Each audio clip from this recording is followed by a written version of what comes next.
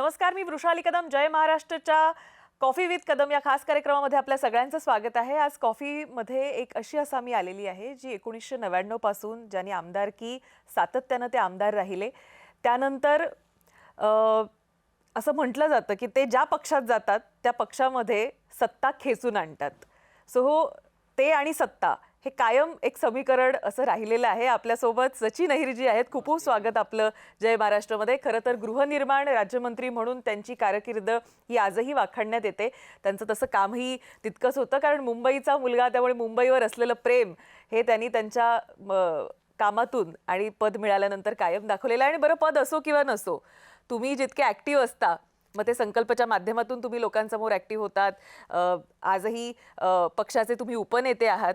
मुंबईकडचे तर तुम्ही आहातच, पण आता पुण्याची जबाबदारी तुमच्यावर आलेली आहे. तर या सगळ्या अनुषंगानं तुमच्याशी आज खरं तर गप्पा मारायच्या आहेत.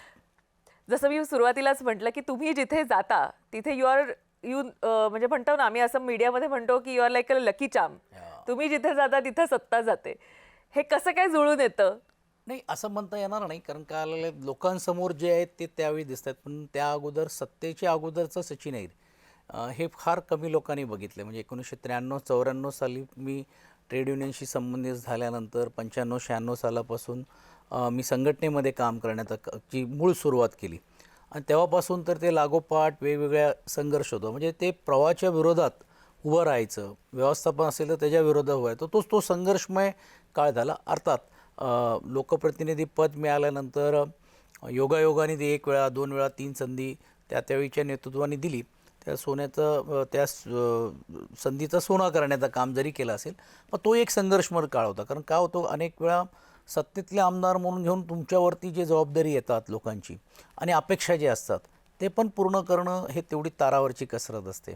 अर्थात त्याच्यानंतरचा पण काळ 4-5 वर्षाचा काळ मी आमदार नव्हतो 2014 कारण एकंदरीत मोदी लाट जी झाली त्यामुळे.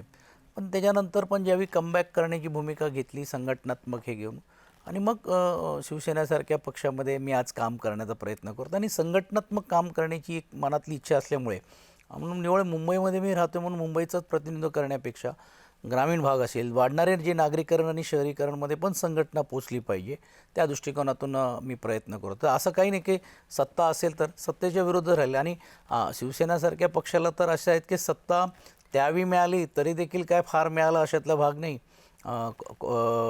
ज्यावेळी भारतीय जनता पार्टीबरोबर होतो आम्ही, आणि ज्यावेळी काँग्रेस आणि राष्ट्रवादीबरोबर आलो तरी देखील काय फार मिळालं अशातला भाग नाही. म्हणजे तक्रार आहे का ही सचिन? नाही, कसं आहे म्हणजे पक्ष म्हणून त्या पक्षाला जे मिळायला हवं होतं ते मिळालं नाही असं म्हणायचं? त्याला कारण असं आहे की त्यावेळीची जी भौगोलिक परिस्थिती होती, म्हणजे जसं मी पुणे जिल्ह्याचा संपर्क प्रमुख आहे, तर त्यावेळी राष्ट्रवादी हे तिकडे मोठी असल्यामुळे स्वाभाविक आहे की सर्वच गोष्टी ते त्यांना दिल्या.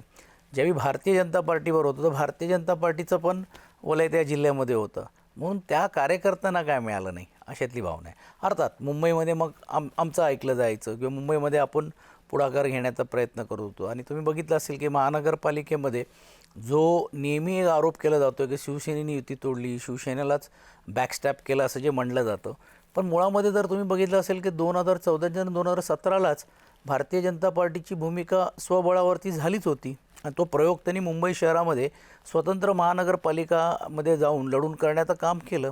तर त्यावेळी एक मित्रपक्ष ज्याच्या जीवावरती तुम्ही सत्तेत आहात त्याच मित्रपक्षाला मुंबईतूनच संपवायचं हा काय प्रयत्न आजचा नव्हता, हे त्यावेळी पण होता. आणि मग परत तुम्हाला ज्यावेळी गरज लागली त्यावेळी तुम्ही आमची साथ मागितली आणि आम्ही ती साथ दिली. पण दिलेला शब्द तुम्ही पाळला नाही तर मग वेळोवेळी आम्हीच साथ द्यायची आणि तुम्हीच आम्हाला अनाधार करायचं. म्हणून मग 2019ला जो काय प्रयोग झाला तो झाला. पण ते म्हणतात की आम्ही 2-4 नगरसेवकांचीच कमी होती, आम्ही तरी पहारेकरी राहिलो तुमच्यासाठी. म्हणजे प्रश्न असा आहे की ह्याचा अर्थच असा आहे की त्यांची इच्छा काय होती. म्हणजे ह्याचा अर्थ इच्छा देत होती की बाबा आम्हाला त्याच्यामध्ये जायचं नाही.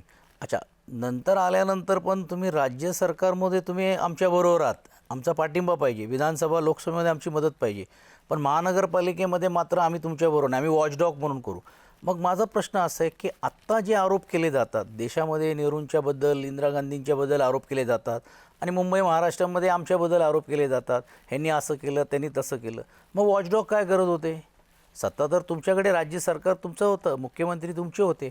जे तुम्ही आज भ्रष्टाचाराचे आरोप करतायत ते जे आज तुम्ही आमच्यावरती प्रतिक्रिया, तर तुम्हाला सहज चौकशी करता आली असती तुम्हाला.